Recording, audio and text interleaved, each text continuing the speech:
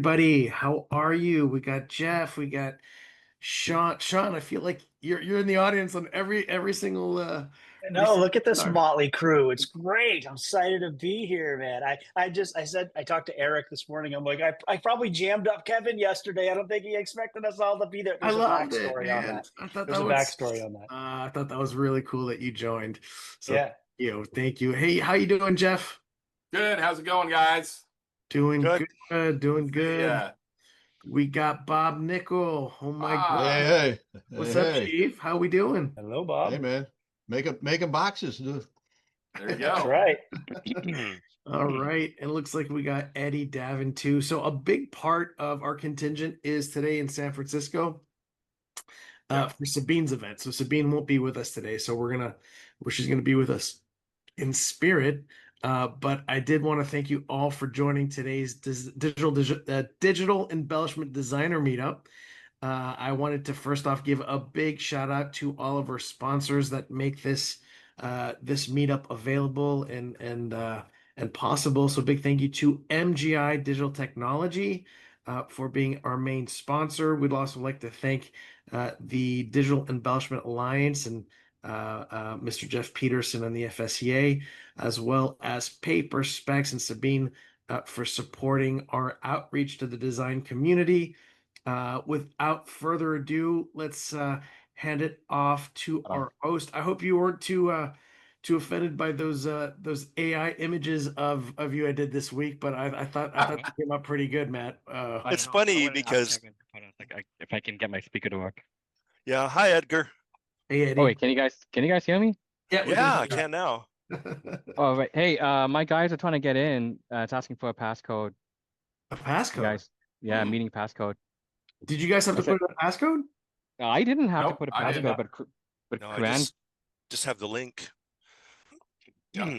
Okay, well, you know what? Let me. I'm going to send you just the link right now, and then hopefully you could send that to them if that works.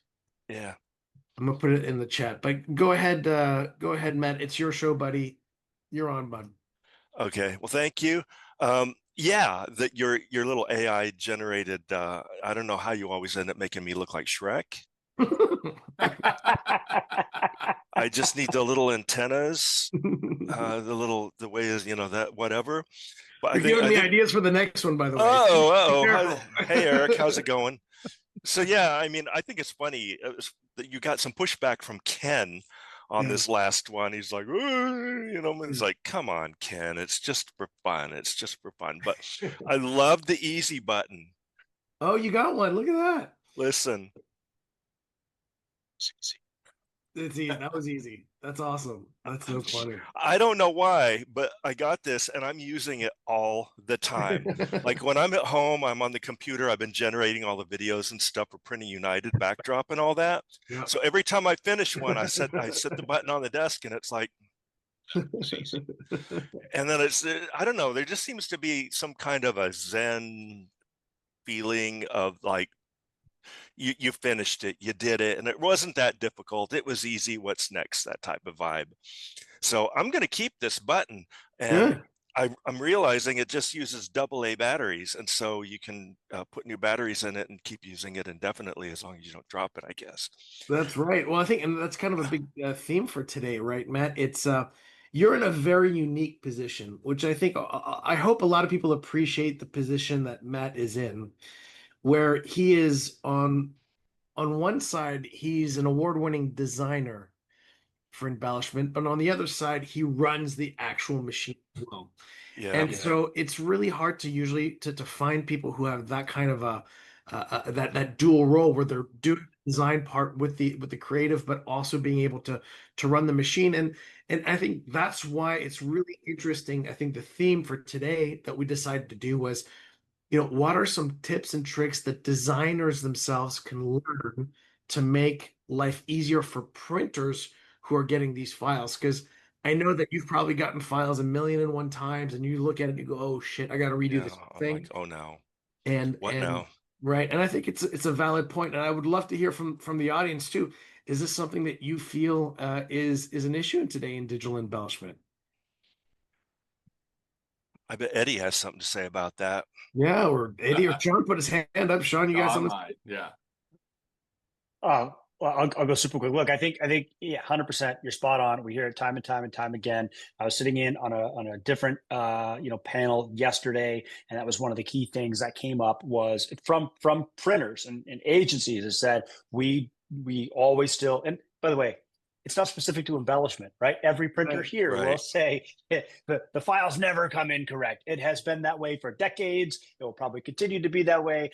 So, having more knowledge, I think, on the design side, or as Matt has mentioned, developing tools and ways to kind of hit the easy button, I think makes lives more efficient for both sides, right? And I'm obviously from the OEM space where we work very closely with universities. I think yesterday we talked about Cal Poly. There's other ones that come up that we're helping to educate. I know that some of our other people on the call here, like Eddie and Karan and the team, they have an amazing kind of program they're working on to help guide and build design-based programs. And Bob for sure taking a wide array of different types of work, probably has to have a whole team just to help, more than likely, fix files as much as set them up from scratch. Yeah. Sean, Yeah, I we worked at- do. We Sorry, do a lot of go that ahead, for Bob. sure. Yeah, we do. It's almost daily. Almost every new job that comes in that has to go on either one of our Scodex machines, 100% daily. We got to do something to it. Adjust the font, size. And always a question about how many microns. Can you right. go down to Yeah. 6, 8? What's 50 look like? Yeah. Yeah. Yeah. Fortunately, where I'm at, we do mostly packaging, but it's what the substrate will handle that will give it the most pop. That's generally what we present to our clientele. We'll get an idea like, well, if you want it to be subtle, you want it to be really flashy and pop, then obviously that means less varnish or more varnish. But typically we'll put down as much as it will bear without plugging or looking too cheap or cheesy. And that's what most of them like to go with here. Sure. How about Eddie? You had something that you were trying to say earlier. Yeah, well, a guy kind of lost connection there, but it's actually, yeah, I mean, the whole idea of what we're doing and what Sean was mentioning is we're actually creating a program for support where both ends, the design and the machine. But there is a gap because it's not just, hey, let's do a mask, let's do a foil mask, and a lot of designers can do that. But okay, when you put it on the machine, and Matt, especially when you're doing synthetic substrates, Yep. what is what is the thickness of the UV? Maybe you have to do a little bit of pixel adjustment. What is the speed? What is the if you're doing foil's tough. If you're doing foil, well, what is the pressure of that, or what is the temperature? And then you also have to balance the pressure too. So there's a whole bunch of things to mitigate. And at the machine level, there's a whole bunch of like you can be at the machine doing a make ready for like 1 hour, and that is something that you can either maybe avoid to some degree if the designer kind of knew what is the limitations, okay, so synthetic, so let's not do too much of a fine lines and things like that, right? So there is a benefit to having the machine learning it, but also doing the design part of it as well. But should you charge for that? Like that 1 hour pre-press? Like, are you guys charging for that time? Is that something that you think is I mean, I'm just kind of curious. Matt, do you charge for that time or no? It depends on the client. A lot of times it's built into, like, we know a client is difficult. So the CSR will automatically build that into the quote. And then they're like, well, you got an hour or two to set up. So they just give me a ballpark of what my time frame. But having worked 10 years in pre-press and dealing with, and it was a trade printer. So we got printers files to be printed, and 95% of them were wrong. Wow. And they needed some kind of fixing. We used as much automation as possible to pre-flight it and get it to the point of usability. But beyond that, there were still things that we had to adjust depending on what press it went to. Basically, it was like, if you have 5 or 10 minutes to work on it, great. Beyond that, you need to kick the job out. So different places have different requirements depending on their budgetary needs. Yeah, no, that's a great point. Well, for Jen- us, it's not so bad because we put video screens in brochures. So can you imagine how much that costs? So we just eat it, to be honest. But yeah, if we were doing a little bit more of a margin sensitive job, yeah, obviously you would have to like 1 hour or maybe even two at the press level. That's money. Like that would be a profit drain if you're not including that. Mm-hmm. And there's also a lot of issues. So I mean, the thing is with finishers, digital finishers like a UV coat, sorry, a UV raised finisher or foil, it's at the end, it's towards the end of the production chain. So that's another thing. Like if you're doing make ready work, and let's say even the client, like sometimes we actually get trade printer where they already provide us with the actual prints.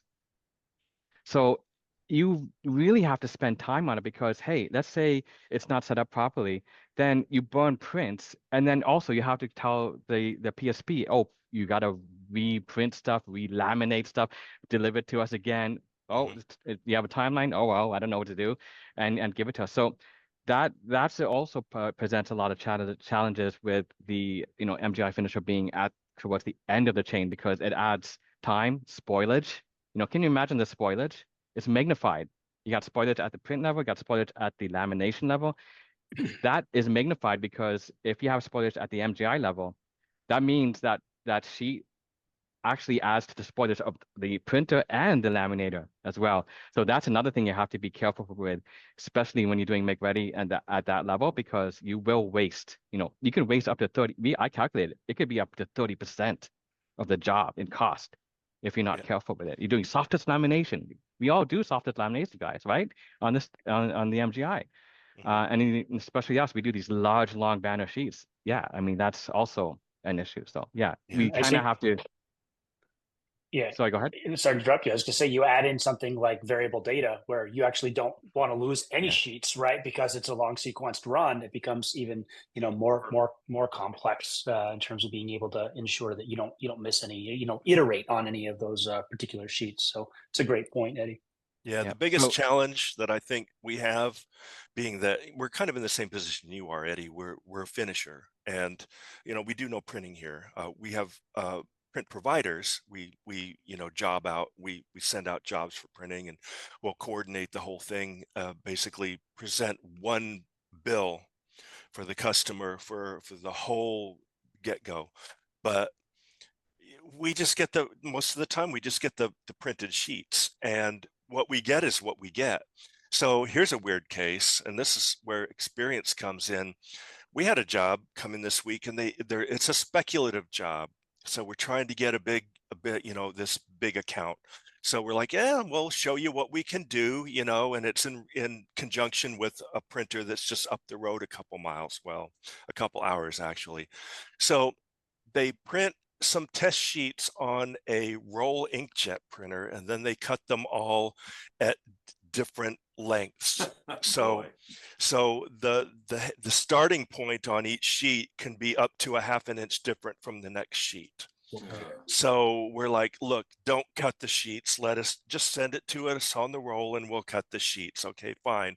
Then we get them, we have to laminate them. So there's spoilage there. Then we have to, on one sheet, put 3 different foils in 3 different places and a couple different variations of varnish. And because they want to see it with this type of varnish texture, that type of texture, they want to see it as solid. They want to see, this type of foil here, that type of foil there. So there's all these other variables involved. Guess how many sheets they gave us from the start to work with? exact amount. How much? 10. We had 10 sheets. 10 sheets. 10 sheets to come up with one good representation. And we actually needed 3 good sheets to finish with because we need to keep one, we need to give one to the print provider, and then they need to give one to the client. So we pulled it off, we did it, but you don't talk about a nail biter. Yeah. Because they just don't understand. And I think this goes all the way back to like Design 101. They don't teach this stuff in school. They don't teach what it all takes and all the different steps and spoilage. They think, oh, they just like put a sheet of green paper in your office copier and it comes out just fine. That's not how it is here. You got to test it. You got to make sure the foil is adhering. You know, you need to expand or contract the image a little bit. You need to adjust the type. You need to try different textures of varnish if you're getting drips and streaks in it, so that you can provide an alternate if, you know, so I don't know. It just all goes back to nobody really knows what's possible or what it takes. And I guess we're just all going to have to be fine with that. So, Matt, I know you, and before all these things, and this is like a long running joke, like you always prepare like a PowerPoint on things to go through, and then we always end up just blowing past great discussion and never getting to the actual lessons that you wanted to get to the designers. Did you prepare anything for us today, or are we winging it? Yeah, what Kevin's describing here, I think that happened the last 3 meetups that we had. And so I'll spend a whole evening or two pulling a presentation together, and then we never ever get to using it. Right. And the reason is, I swear, the main reason is one word: Sabine. Yeah. That's true. She asked a lot of I was- questions. Yeah. Yeah. Okay, and I hope she doesn't watch the recording. But for the recording, we all love you, Sabine. That's right. Yes. We still love you. Yeah. Everybody here who knows her loves her and adores her, and they know Yeah. exactly what I mean. Right. She's So- never a lack of questions. Yeah, I Miss know, Lynn's I know. never a lack of questions. Yeah. So actually, I was trying to think of this whole presentation connect. based on her perspective, knowing that she wasn't going to be here, Right. and which is very. I'm disappointed, but what Right. can We you didn't do this on purpose, by the way, Sabine. We did not, we did not Yeah, host this on the day that you were doing your event on purpose. we just have to forge ahead without her crazy and her input, basically. But yes, Kevin, I did. It's brief and to the point, because we discussed 5 kind of secrets. To me, they're not secrets because they're so damn obvious. I'm like, God, this is like, should I even do this? Is this Well, even? That's not fair because you're on this every day. You're running the machine and designing for it. But a lot of us might have never designed for embellishment. So, Yeah, you have to zoom out. Remember, yeah. we're not but- in your tunnel. But the other thing too is one of these points that I'm about to cover, I got caught in that trap today. Oh, interesting. And so it's like, yeah, teacher, teach thyself. So it was a little interesting. It's like, well, what would you do to fix this? So I really had to challenge myself even today to get beyond what we're about to look at. So if I may share my screen, then I can proceed with a very brief presentation, because I don't want to bore you all too much with all the stuff. I mean, a lot of it's pretty obvious, but is everyone look? Yes. And while you're bringing that up, I do want to mention that we have a bunch of new people on the call today. So Zanadia, Samantha, Panthea, Karan, good to see you, buddy. Bernadette, Adrian, if you guys have any questions, want to chime in, this is your community. We love new people. We love to have the conversation. So don't feel like you can't ask any questions. This is really a place for you to learn. Yeah, Sorry. definitely. If you have a question of anything, raise your hand, and then we'll take it from there. Or in the chat, put comments in the chat. We all get those. We like to see those. Any kind of input here. This is for all of us. So anyway, 5 designer secrets that make printers' lives easier. So this is all from the perspective of the printer. And it's more of like a begging for mercy. Like, please just do these things. Just Right. do these 5 things. And then maybe, just maybe, your job's going to go through 100% with no problems. And if there are any problems, then we'll know what has already been checked. Right. And don't have to go all the way back to the beginning and figure out some of the basics.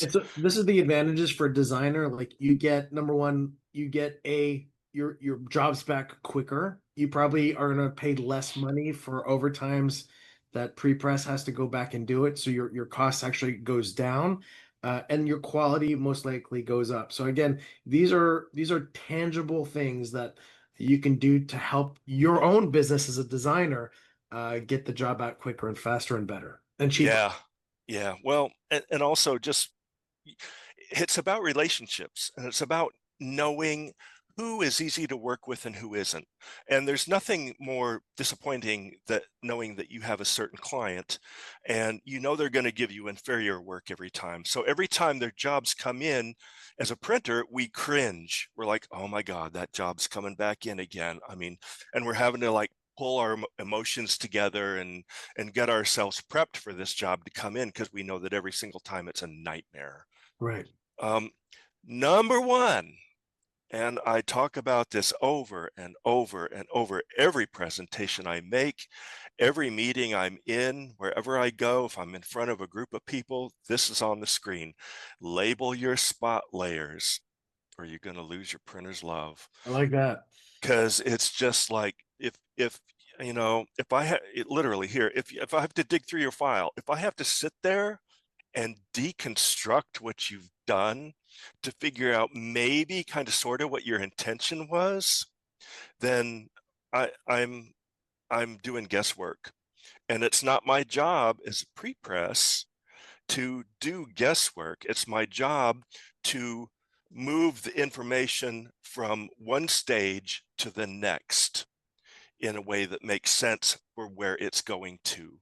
So if I have a million question marks floating around my head, then I can't move forward and I really can't guess. It's not the person's job that's setting up the file to make guesses, because maybe, I mean, 50% of the time, 60% of the time it's going to be right, but there's always that 50-50 chance that it's going to be the wrong guess. And so Sean comments, make sure you do the same for die lines, fold lines, etc. Yeah, any additional layers, explain your layers. We get to that here in a minute. But like, for example, I recently opened up a file and I saw the page, I saw the artboard, and I saw the boundary of where the page was. And all the artwork was just these blue squares. And I'm like looking at this thinking, what is going on here? So I open it in Acrobat and look at my separations preview, and I realized that they put a clear layer on top of everything, like a clear digital layer. And all I needed to do was turn that layer off and see what was underneath it. Now, I did the investigative work to find out why I was seeing what I was not expecting to see. But working with 5th and 6th color station files, I'm adept to doing that. Sure. But the average person, like my people in the front office, they have Acrobat. They look at these SEPs when these files come in before they come to me. And they see that on their screen and they're like, oh, there's something wrong with your file. You need to resend the file. So hey, Matt, quick question for you on the layers. Do you find, and maybe others here too, that designers will put the foil layer and the varnish layer together on one layer, thinking, hey, I can put all the embellishments down on a layer? I'm guessing that that's a challenge that happens. No, they do that quite a lot. And they do that a lot here because in the packaging industry, everything's very generalized. They put everything on the same layer. They might give the foil and the varnish a different color, but they don't tell you what that color is. They don't tell you what's what. So then you're like, well, is this foil? Is this varnish? Is that varnish? Is that foil? I don't know. It's frustrating. But if you just tell me what it is, label it, put that in your email that you've got a clear coat over everything that's represented in blue, because that's the first thing you see when you open that file, then I'm not going to panic. Or rather, my CSRs, when they open the file to pre-check it, aren't going to panic. They'll come to me and say, well, how do I turn this off? How do I get past this? Instead of just rejecting the file. So lesson number 1, your printer does not have a crystal ball. Yeah, and I would, one last comment on that too, is just because you said it in your deck, but a clean, well-structured naming. So the amount of times sometimes we open up a job and it might say, F264 hollow, and you're like, what is that? Well, that's the particular product name of the hollow foil I was ordering. Well, F264 means potentially nothing to who you're sending that to. So, make sure that it is something that is relatively descriptive. Yeah, and one other thing that they do is for layers and swatches, they may put all the foil on one layer, but there may be 3 or 4 different kinds of foil, and they'll submit different swatches for each one, and this is acceptable. So they'll say foil gold, foil silver, foil red. So at least you know what that swatch is supposed to represent, and then from my perspective, I can separate those files out and send them to the machine and know what's what. So you got layers, stack them up. Same way that they assemble on the page. Think of your paper, then you put the ink on top, then you put the foil, then you put the varnish, then you're going to do die lines, cut scores, etc. If you're doing digital cutting, you're going to have those marks on top of that. Stack it all up in the order that they appear on the sheet. So deconstruct your sheet and reconstruct that in your layers panel exactly as that. And then that PDF, when it goes to whoever, there's no questions on what's what. Swatches, of course, we all know they have to be designated as a spot color type for both varnish and foil. So Matt, yeah. If I can ask, this is great, but how do you communicate you want this in the file, like this spec in the files? Do you have like a guide or something that you send to the customers? I mean, or do you verbally tell them this? I do. I've put together for this particular institution at Elite Print Finishing, where I'm at right now, they requested that from me. So I came up with a 14-page document that went over some of the basics, like this is what it is. This is how it works. This is what's possible. Basically, it's every meeting we've ever had encapsulated in 14 pages and boiled down to just, bullet points. These are the line widths. And what if they don't provide the file according to your document? Do you say, sorry, send it back, and then let them resubmit it? It depends on the customer. It's situation dependent. So let's say we have a new customer, they haven't been through the system yet, they don't really know what they're doing. We'll set up test files in advance, say, hey, send me some of your work and we'll critique it. And then we'll have a follow-up Zoom meeting or whatever to discuss what may or may not make their files better in a very constructive way. And then a lot of times they'll resubmit their files for further evaluation. We don't have a problem doing that. So that way they get a little more educated, they know what to submit to us. And if something's missing, then we can come back and say, hey, did you know that you forgot to do this? And then they'll know why they forgot to do it because we've already discussed it. But back to layers and swatches, I also want to reiterate that at the bottom here, it says layers and swatches work together because there's metadata behind that layer and that swatch. And that metadata is pulled out from other applications such as RIP software, pre-visualizers, and estimation apps, particularly some that Tactiful is developing. So we use that information, and other developers use that information as well. So if you just label things in things that make sense, then their hash table is going to be able to pull that together and properly route that information in a way that makes sense, and then nothing just crashes in the end. Keep your foil and varnish vector. And I really mean that pixels kill the shine. I just did this. I had a piece of artwork that was to get foil over it, and it was only available in raster. I loved the artwork. It wouldn't convert well to being vector, which I would live trace it in Illustrator if I could and would. But there again, you need to, if anyone here has ever done that, you need to fuss with that for quite a while to make that work correctly and to get what you want. So I just worked with the raster image file and put that directly on my artwork for a foil plate. Well, the edges looked a little bit up, because, and I'll show you here in a minute, when you use raster, you've got pixels. You don't have a real defined edge. And then you reinterpret those pixels in the RIP.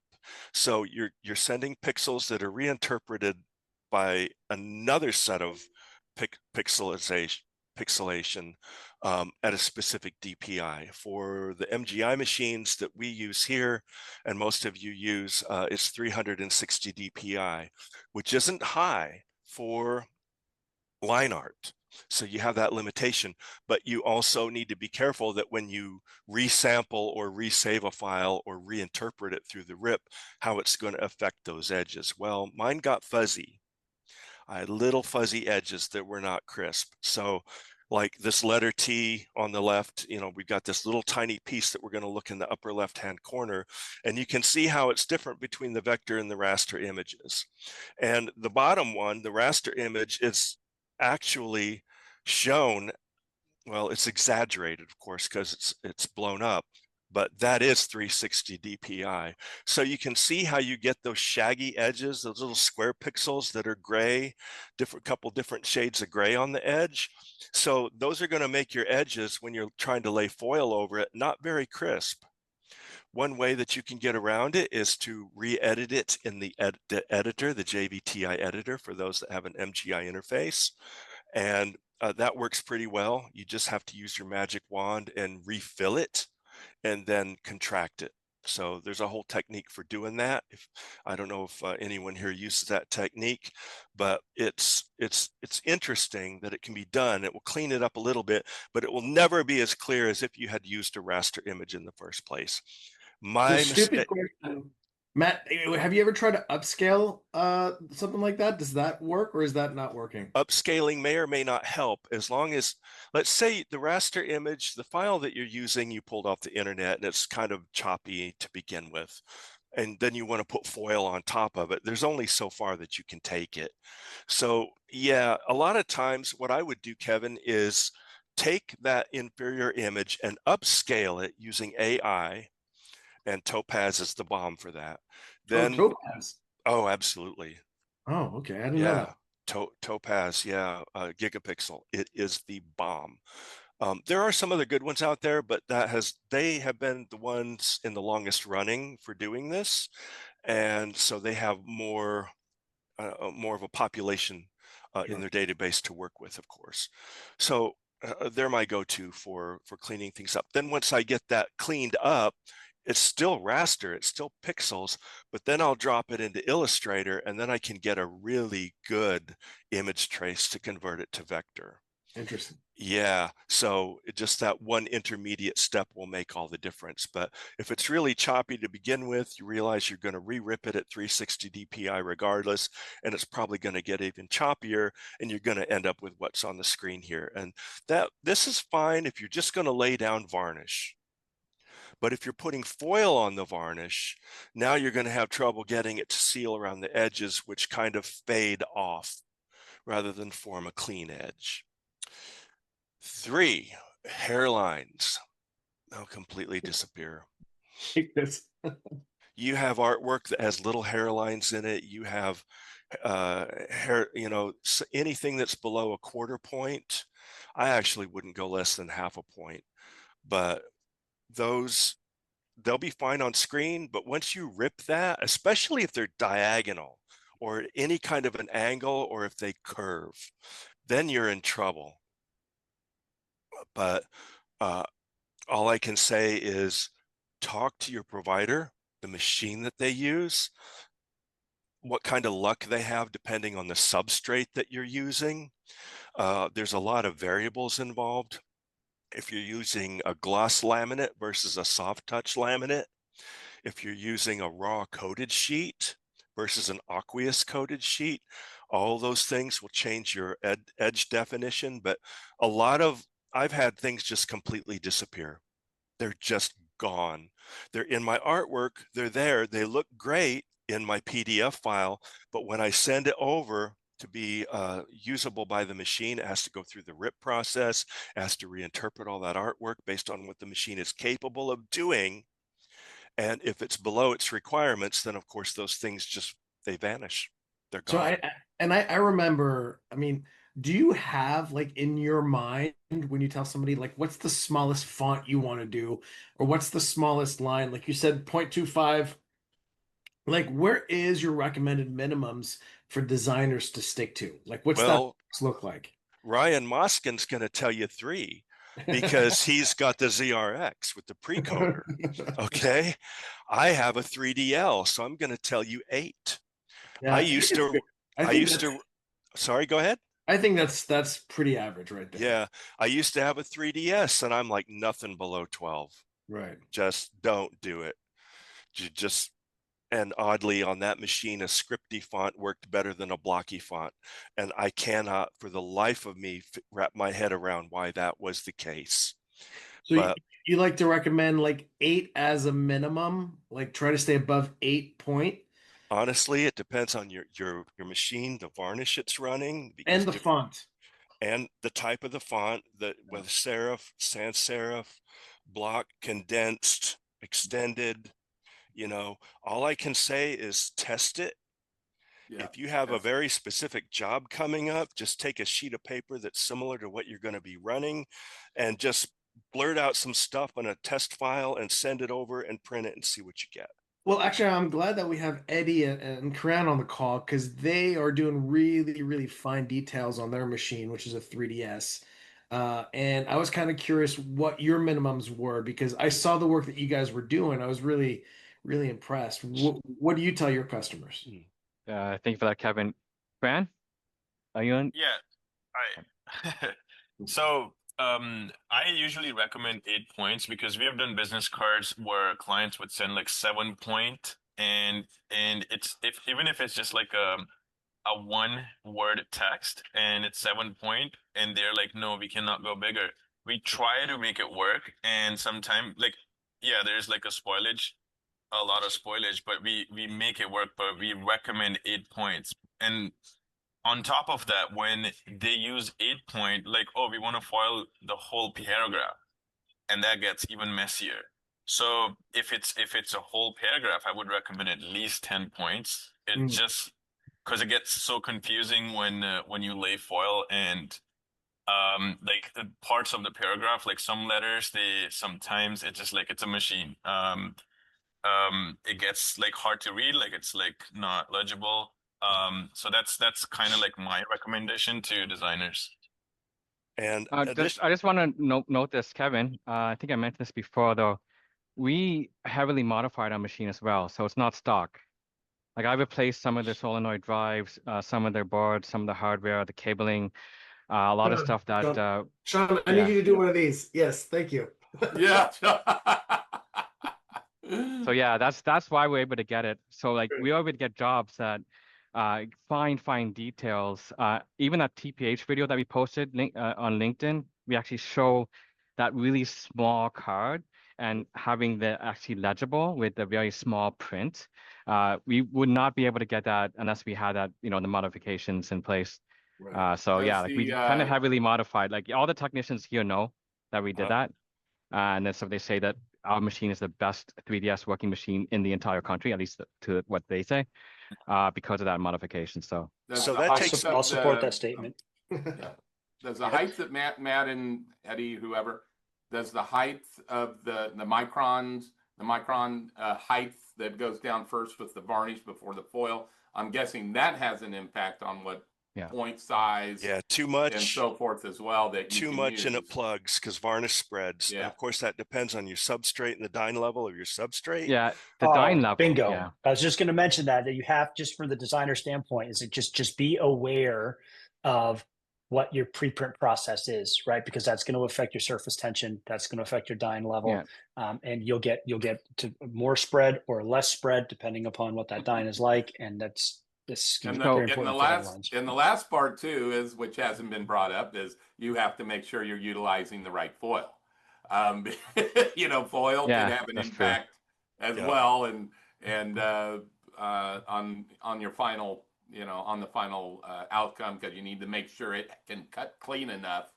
When you are using something as low as 7, 8, 9 point. But see, very true. Do you guys think designers need to know about dyne levels? And I mean, is this something that you think that they get? No, they just need to know, Kevin, that varnish spreads and things may plug. So just don't go too far off one end or the other end. Yeah. Like you get huge, large, solid areas, you might get drips and streaks and bubbles in it. You go too far to the other end and everything's too small, it either disappears or plugs. Okay. And by plugging, for those who don't know, it's like the center of the A fills in or the center of the P fills in, the E fills in. It just starts to plug up and just gets really blocky looking. But yeah, the more varnish you're going to lay down, obviously it's going to build up and spread out. And then for those of us that have the luxury of 2 rows of print heads, so sometimes we can fix things that way by slowing the machine down and using 1 row of print heads, but that's not something a designer is going to know or care about. Right. Right. I think that's important. We do focus on what the designers should know and care about. And Bob, did you have any feedback on this? Is it kind of in line with what you're telling your customers regarding like minimum fonts and stuff like that, or do you guys just work with them for the design? Yeah, we have standards where, font size is a 6 point pretty much. Yeah. 100% agree with Matt on the diagonal lines. That gets crazy. Most of the foil is pretty common. There's some crazy foil, but it's usually gold. Gold is popular, right? Silver is good. We actually are experimenting with a couple custom ones that we're having trouble with, but yeah, that's pretty much the standard too of what I'm hearing, guys. Yeah. Okay, good. Yeah. Okay, moving on. Overprint preview. This is something that takes a lot of people by surprise, especially when I'm doing a live presentation. Let's say I have a room full of 30 people and I'm like, check your work, check your work, check your work, check your work. Use overprint preview, use separations preview. Here's the crystal ball that Kevin talked about earlier. So you actually do have a crystal ball when it comes to checking your layers and separations. So you just turn on your overprint preview before you send it. You also check separations preview, whether in whatever app you're using. It's available in Illustrator, it's available in InDesign, and it's available in Acrobat Pro DC. So you can always check, like turn off all your CMYK, and then it's going to show you your other spot colors that are showing up, what they're labeled, and where they appear. You can turn those on and off, make sure that they're on the right, that the right colors have been assigned to each one. Just for representation's sake, let's say you make all your foil look like 100% magenta and you make all of your varnish look like 100% cyan. That way it's really clear on screen when you're looking at that preview what's what and where is where. You can't go wrong with that. A lot of times I'll forget, I'll create a swatch wrong, a spot swatch, and it won't show up. And I'm like, oh, dang. So I just saved myself a week's worth of emails right there, just by opening up that preview and checking stuff before I send the file on further down the line. So that way there's less back and forth. So you catch it now so you don't have to fix it later or make someone else like, gosh, they send it to us like that all the time and we have to fix it. And that's really frustrating because then we have to proof it back to them, which also wastes a lot of time. So you just By the way, Matt, sorry if I can just add to that. Yeah. That issue with the overprint is not exclusive to the MGI. No, it's not. Even we've been working with 6-color presses too. Yeah. And that threw us through a loop because we were working remotely and having a design team send us files and they forgot to do the overprint setting. So yeah, I just want to point that out, that it's not just for the MGI or raised foil, raised varnish. It could be also related to 5-6 color stations as well, and at the press level too. So it's all, of course, to check to see if the spot colors are present, if the colors are properly assigned. And this is a biggie. To verify the layer won't knock out what's underneath. So here's a real life example. I get a lot of my artwork from out in the rest of the world. A lot of it comes from India, it comes from China, so we're dealing with language barriers. We're trying to educate people literally across the globe. So, the packaging we do is pretty much international. And so if they're designing it in India, then I have to interface with the designers in India. One of the issues that they wanted to do that they have never attempted to do was put varnish on top of foil. And that's admirable. Let's just put a little pattern of varnish on top of the foil, and that way it will change the way that foil refracts light. If you've ever put like a glitter texture on top of a shiny foil, it actually adds like a kaleidoscope effect to it. It almost looks like it adds more color to it, like glitter actually looks like glitter. So it's a really interesting effect, and it really changes the way that your product will look if you want it more, I don't know, glitzy. But they failed. So they've got the paper, then they put down the foil, and then they put the varnish on top of it. And they created all their layers correctly, but they didn't multiply everything together. So the varnish layer that was laying on top of the foil knocked out the foil layer underneath it. And we actually had a job and we printed it and there was no foil there. And we delivered the job and they're like, where's the foil? It's like, well, there was no foil in your file. There was, but it was knocked out by the varnish on top of it, because they didn't explain to us that they wanted to put varnish on top of the foil. So it was literally just not there in the PDF. And there was no way we could have known that it was supposed to be there. So I had to retrain them on a Zoom meeting or Teams meeting, whatever, to show them how to multiply those layers together and use overprint preview in order to verify that their stuff was going to end up on their final file and show up when we got it.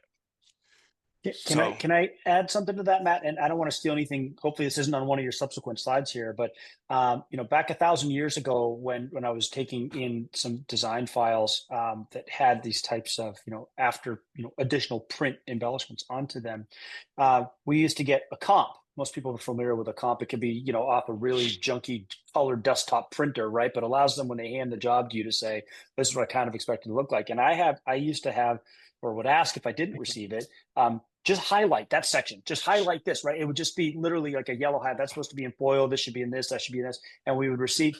Yeah. Yes, exactly. So again, to the designers that might be tuning into this recording or on it this afternoon, just a markup, right? That helps prevent. Now, maybe in today's day and age, a lot of things transmitted digitally. You don't always have a markup. But if you can get, especially from in-house sales teams, if they've been consulting with a customer or a client, like just that quick 5 minutes of this is what it's supposed to look like is gold. Yep. So here we Kevin, are. My goodness, there it is. I'm sorry, I stole your thunder, bud. So Kevin, wouldn't like the React, tactile React help? Or Sean, wouldn't the MGI Connect approve help to kind of mitigate these sort of challenges?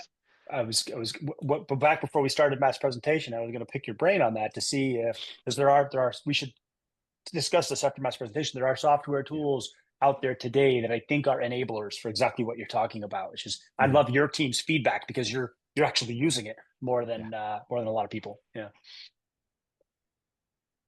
Well, I mean, it's one way. It is a soft proof. And it's one way to show the customer and to get an approval long distance on specific things. Here in the packaging industry, we have a very unique challenge in that there's a lot of what they order. It's like so they have a lot of interest invested in getting it right. In other words, when we have a job show up, it's 50,000 sheets, Right. and it's going to be 50,000 feet of foil.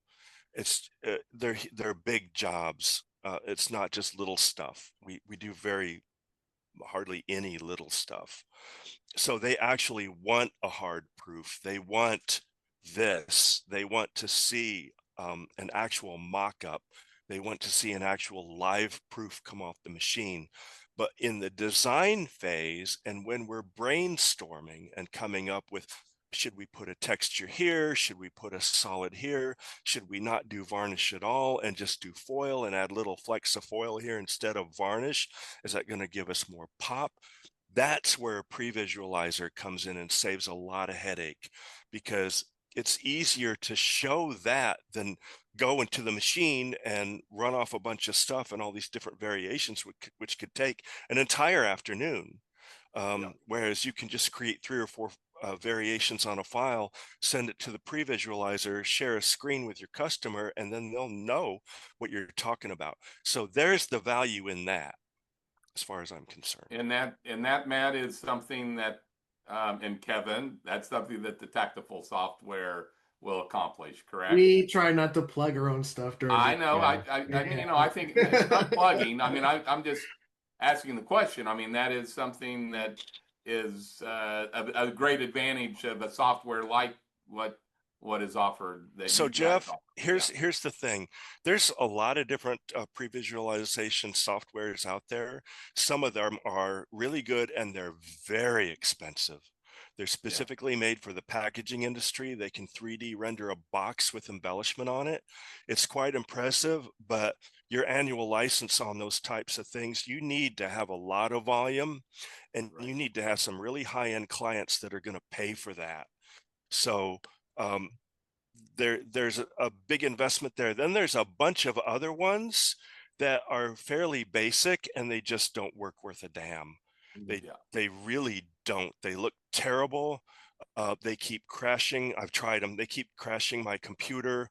There is a fee for them. There's like a monthly subscription or something, but they don't assemble boxes, and they just, I don't know. I mean, I've tried. It's coming there though, and I think more and more people are understanding that. Look, it's not just for the design standpoint, from an iteration standpoint. I think it's from a sales standpoint too. It's, sending someone to imagine foil here or imagine varnish here. It gets really hard to sell off of somebody else's creativity. If you can give them a live visual where they can play with it in the light, I mean, nothing's going to beat a hard proof. I think that's always going to be the best one. But at scale, that's not really sustainable. If you got 100 different people out there and your machines are running nonstop, you don't want to stop production, go out there to do some sales and biz dev work. So I think, there's going to be a really incredible opportunity for students, for designers, for professional printers, for brands to be able to play with this type of tech, to experiment, and ultimately to order more embellishment, which is our goal here at Tactiful, is to really get more people ordering more embellishment work, right? So I think that's really where our heart is at, what we're trying to push. Yeah, and it's also I'm sorry, it's also to come up with a system that is really good, but doesn't cost an arm and a leg. So it's more cost effective and usable rather than a really niche thing like some of these large packaging companies use in order to showcase their boxes or whatever in 3D. So there's got to be an in-between here. And I believe that's what we're working on. Well, what we do actually, we don't, because we have 90% of our business is the US and we're in Canada. We actually take video and high resolution photos and get those approved by the client. So we do a physical proof, but it's kind of virtualized in a way that we do video and photos. So that may be like the middle ground, but perhaps. Yeah, we do that as well. They'll ask me to come up with a live proof. The salesperson will come in, shoot a bunch of photos of it, take a little video of it, send it off to the customer, and then they approve or disapprove from there. And it's tough, a 50,000 sheet run though, right? You shutting that down to. Yeah. Let me ask you, Matt, like that example that you gave when there was foil missing when there was supposed to be foil. Did you guys eat that, or did the client just pay for that? It was the customer's fault. Okay. I mean, we have a really good working relationship with that customer, but it was the fault of India, the designers in India. So that's like 2 steps removed down the line from us, because they got offices here and then they got offices there and then they got offices there, and everybody reports down this chain of command. So there's a disconnect there. So they knew that they messed up, and so they couldn't really come back and say, well, you need to fix this, you should have seen it. There's no way we could have seen it, and anybody on their end would have opened that file. If they would have opened the file and looked at it, would have known it immediately. So I have go ahead. I did have one little question though, because you sent here sending a rough PDF mockup. I wonder if another like 6th point that we didn't mention that maybe the designers on the call today would really benefit from learning is something that you taught me, Matt, is that you can send the PDF, but sometimes sending the entire InDesign file can make life a lot easier for the printer as well. Is that something that you would still maybe recommend? We still get that from certain clients. And if it's a very complex job, like a lot of the trading cards that we do, they'll send the native InDesign file packaged. Must be packaged. Don't just send me the INDD. Don't just, send me the packaged folder. And then I've got all the fonts, I've got all the links, I've got everything that's supposed to be there. And then usually they'll send an additional PDF export for reference. And something that usually helps us is if you export like a JPEG, like a solid flat image, and, you know, showing all your layers, you know, just something like I showed you with this, you know, this is just a flattened JPEG that was on, you know, on the screen, and I printed it out. That's solid. That's showing me everything. I give it a good look over. Everything's there. There's all my foil and all my varnish, and everything is there.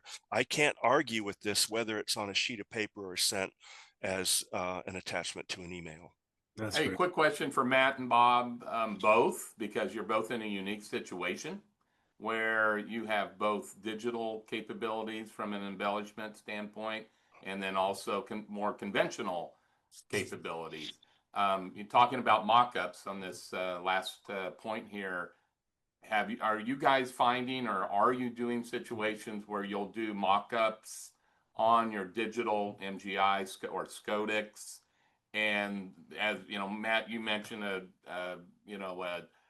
there's, you have high volume packaging jobs, carton jobs. Bob has that as well, where you can utilize your digital capabilities for mockups, and then it actually will turn into a job that'll run more on conventional foil stamping equipment. Could be cold foil too, probably based on volume and so forth. Is that something you guys deal with to be able to use it for mock-ups and prototypes?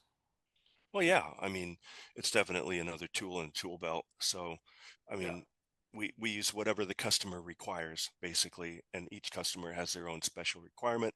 And if we feel like they don't know what they need, which is a lot of times, then we go all out.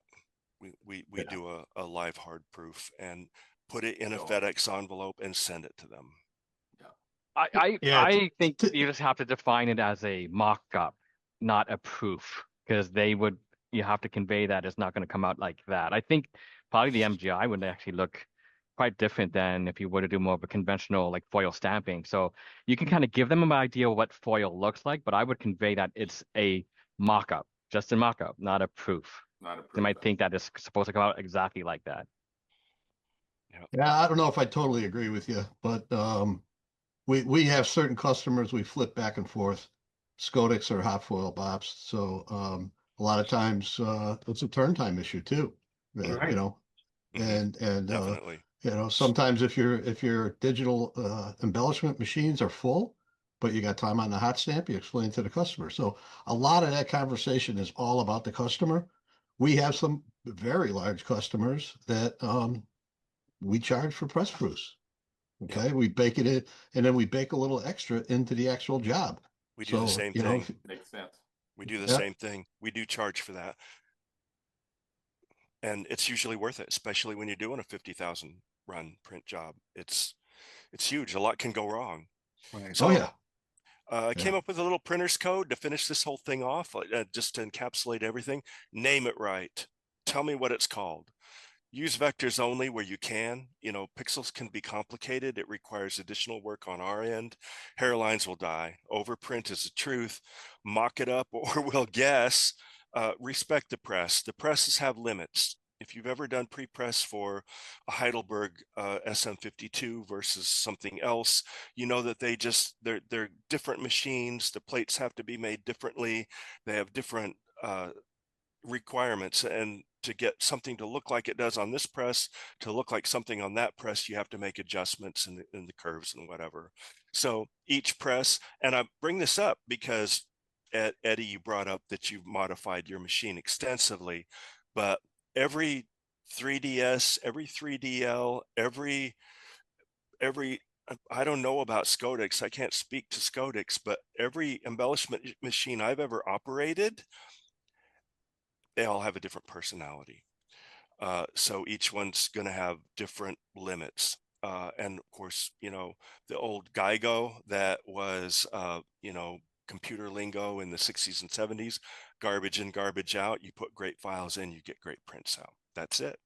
Wow. Matt, do you think that that pertains to the models, like the difference in models, or do you think one 3DS can be, well, except ours, but one 3DS could be operate a little bit differently than another 3DS, for example? That's what I'm saying.